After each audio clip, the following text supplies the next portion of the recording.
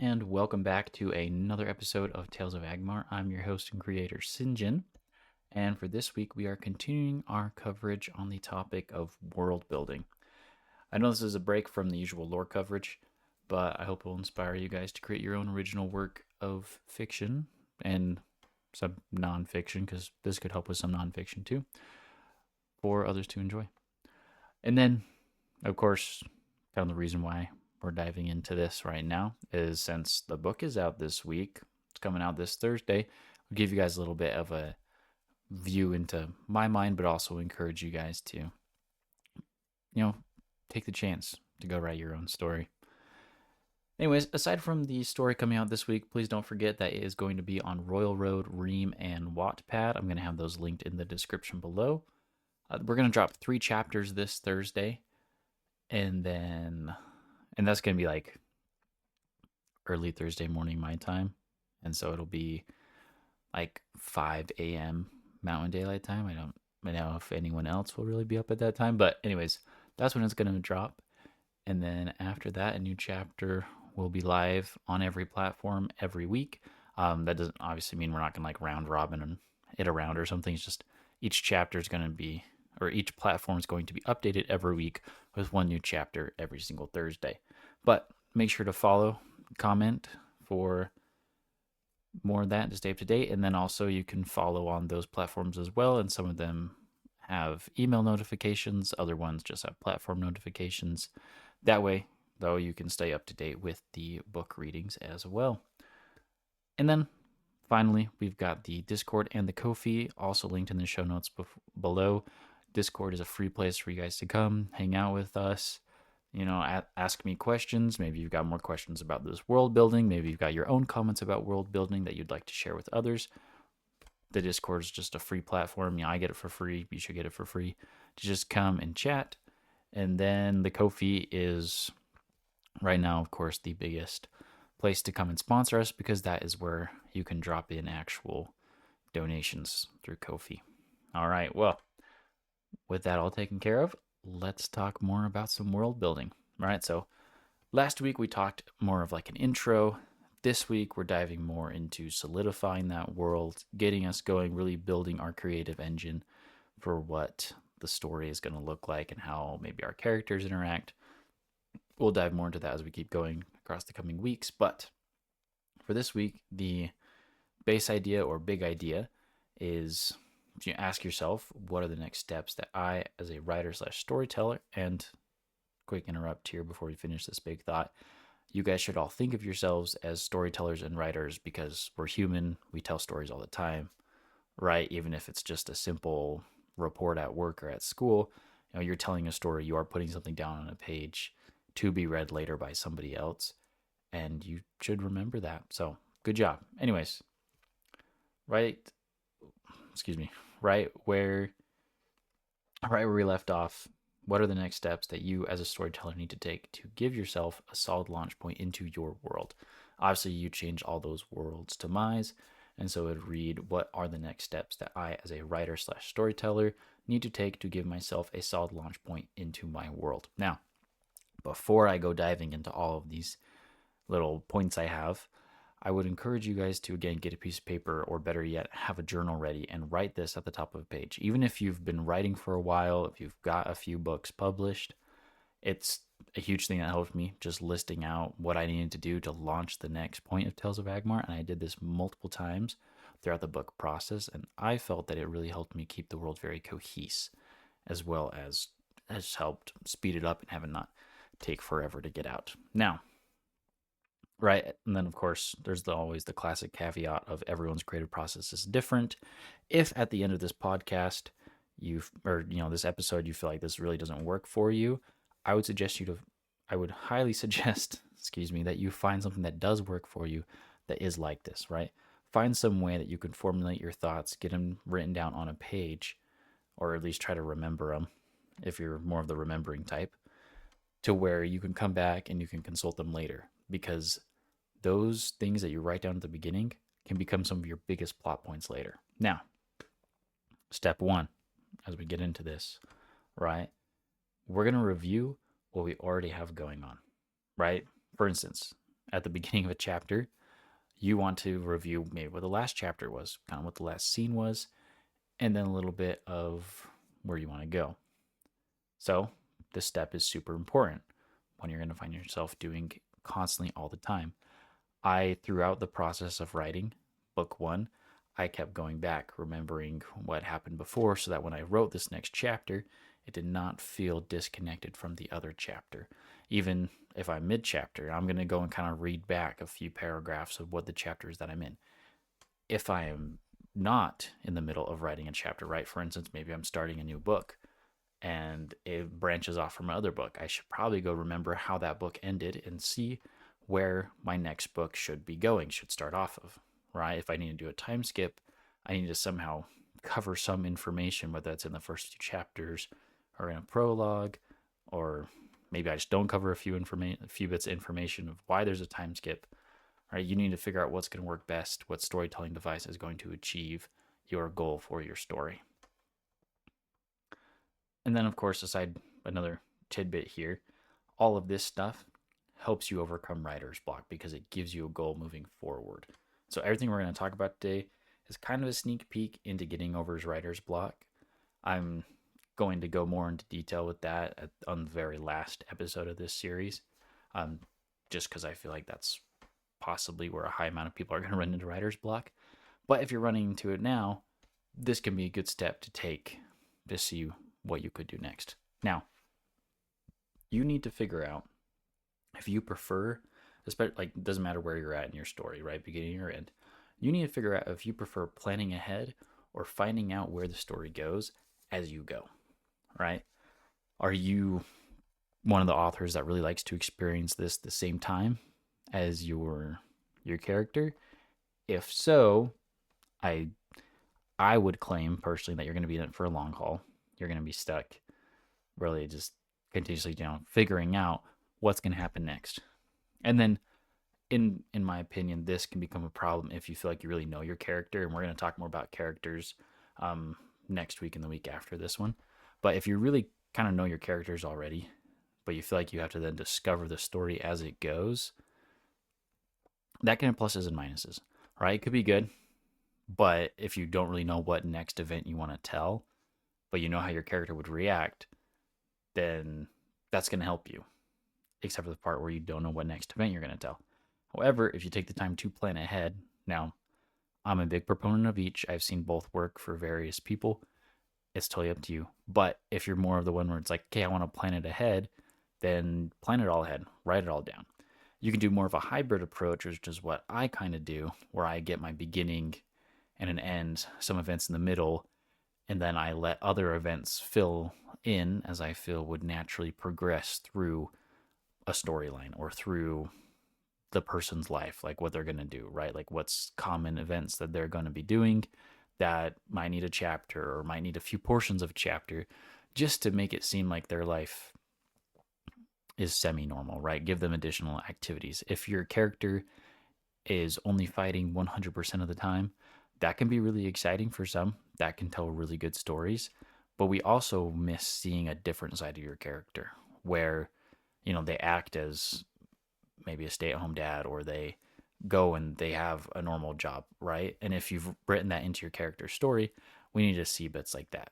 And so within Tales of Agmar, when you read it, you'll see I have bits of that. When you look at other people's stories, you'll see they also have chunks like that where it seems like a little bit of a normal everyday occurrence that happens in between all of the fantastic events during their story. So we've got that all down, right? That was 1 and that was 2. Number 3, if you have not already, you should start a roadmap or start writing, especially if, we're this far in, you have a story running in your mind. You got to start writing that down. Put something down on the page, even if it's just the opening scene you want, or it's a roadmap, like I was just talking about, of like your beginning, your middle, your end. You can have a rising action before the end. You can have a twist after the end to kind of, add a different ending. That's up to you. Next, especially after a few days, you need to decide which one of these ones you like, though. Did you really like mapping everything out? Maybe you already have everything mapped out at this point. If you do or don't, that's not world ending, right? You now get to go back and decide, okay, am I more of a roadmap or do I like the roadmap approach? Or you can say, hey, maybe I should just start writing my story. You might flop between these two. I did the whole time during Tales of Agmar, so it's totally okay. You you might start off road mapping and be like, yeah, I just couldn't feel like I could really roadmap, but I know what my characters want, and then run from there. If your character's entire objective in life is to get some peanut butter and jelly sandwich, then that's what they're gonna do, and you're gonna write you know from A to B, all the steps in between that they took to get from where they are now to that objective, right? And that can be anything. It's just if you have a rough idea, at least where you want to go, that's going to help you get over so many blocks that I've seen lots of other authors get into. I've seen tons of, just amateur authors like me get into writing a story, and then their question is always like, I don't know what happens next. And that's a totally okay question to have, right? It's totally fine to ask people. But at the same time, it just comes to me being like, hey, it is your story. And this is why I tell them all the time. I'm like, hey, here's ideas where you could go, but at the end, it's your story. You should decide what you want. If you want something completely different than the rest of us, that's totally fine. Just go make it your own, right? If your character is stuck on a ledge, but this is the moment where your character discovers that they can stick to, walls, then they should fall over and stick to the wall and spend probably the next paragraph fascinated that they're stuck to a wall, unless maybe they've always known. Then they should reflect on the first time they stuck to a wall, that kind of thing, right? It's just these little events that are going to find themselves in a roadmap or in your character notes for each character that you can then go and do this. And little extra thing here, I know that there are tons of things online that talk about you being able to save chapters and character notes and all these other things. Some of them are free, some of them are not free. Actually, I don't think most of them are free. I've looked at these things once upon a time because I thought I needed them as a new author coming into this, that I was going to have to organize my ideas that way. And then I realized I just have to buy a journal. All those things are just journals. If you find yourself a journal, find yourself some stickers that you can write on it or like tabs. I really like the sort of build your own ring journals. Yes, they're a tad expensive, but you can always get a hole puncher and then make your own paper after if you like that. If not, then, write small or find yourself a composition notebook, buy a few of those. Those can be super cheap, right? Those ones back from like junior high, high school, even elementary school era that you were using. Yeah, or like primary, secondary school if you're outside of the US. But those kinds of notes, those notebooks, those ones you can easily keep forever, right? Obviously, we've got the cloud, we've got the internet. It's going to stick around for a super long time, but it's nice as an author to be able to detach yourself from the internet. Sorry about that. Skittering, I hit something on my desk. But like I was saying, it's nice to be able to detach yourself from all this technology and really work on your book, really work on your world by writing it down on a piece of paper. And that's going to go and prep you for the next step. Yes, you're an author. You're going to want to use Word or some sort of word processor to really crank out those typed pages. It's going to look really nice. That's how you're going to get your book seen by lots of people, is online. But your notes, you don't want to lose those notes. And there's other things too. Like I know there's a Wikipad out there that some authors use, and I've used it as well. Super nice. I hit the point where I found out I really liked paper more. But basically, all I'm saying is don't feel like you need to go buy something online, like buy some sort of subscription to begin recording your world in, because that's not going to be for everyone. You might not like their format. I looked at some of them and I was like, I don't know. I don't really need character notes. I have it all in my head, or I have it already down on this page. I don't want to have to transfer those notes. It's going to take more time, right? You decide what works best for you and run with it and keep figuring it out. That's the really great thing about this, is you're going to keep figuring it out. Anyways, that is all of step 4. Okay?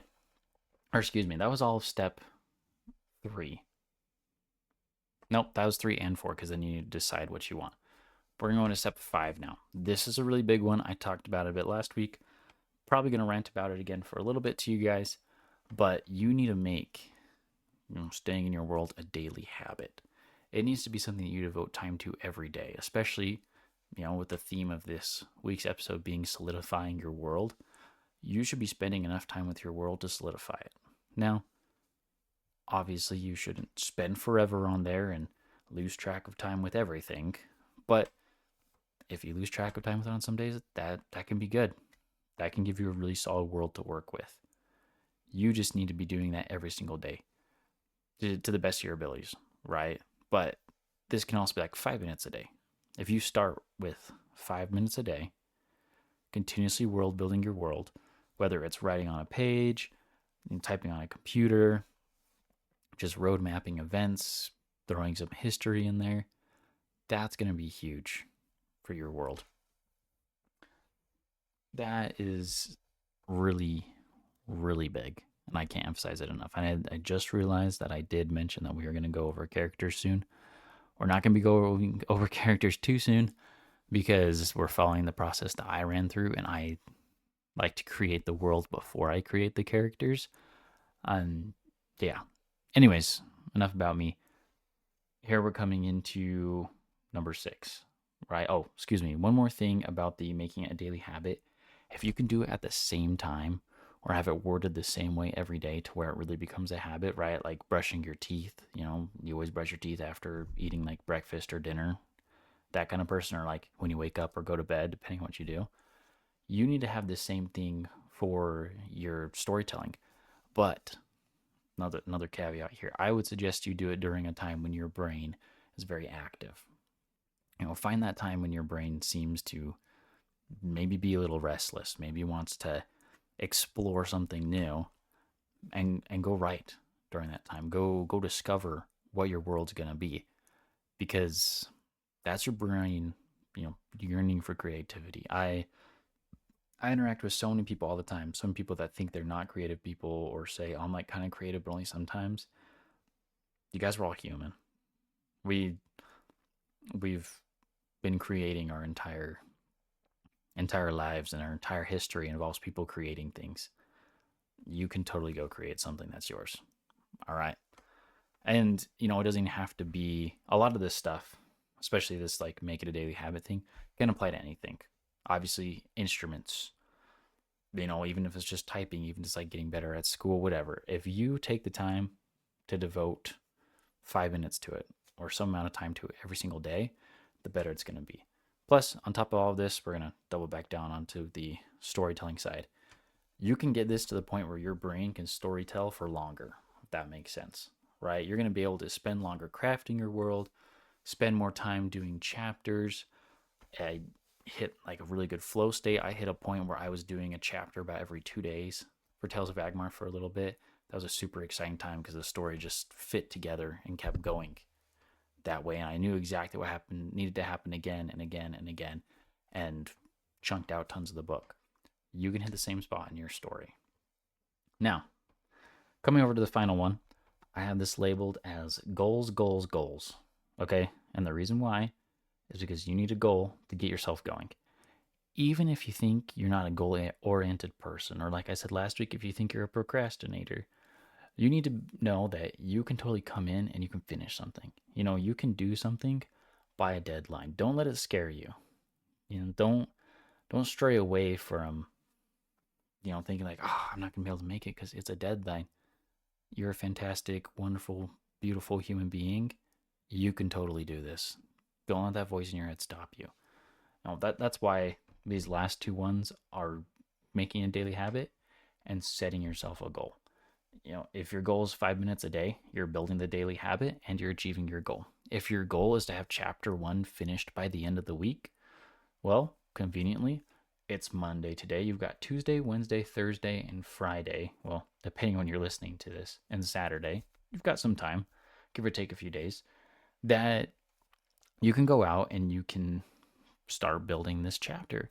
And if you don't make it, that's not world ending, and the deadline was just for you, right? It was just your deadline for yourself. You can move it around. But I would encourage you not to move it too far out. Don't make it seem way, way, way in the future to where it's not achievable. You need to give yourself achievable goals.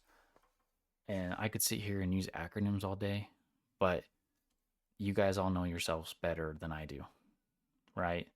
Or maybe you've got partners or parents that know yourselves better than you do, right? Ask them how they think you would achieve goals if you feel like that's something you'd ask them, or take the time to figure it out yourself. I mean, that's a great thing about being a person is you get to figure out so much about yourself within your lifespan that you can achieve tons of great things. So, anyways, go out there, discover yourself, figure out what you need to do to get your story going, to get this new idea pumping in your brain.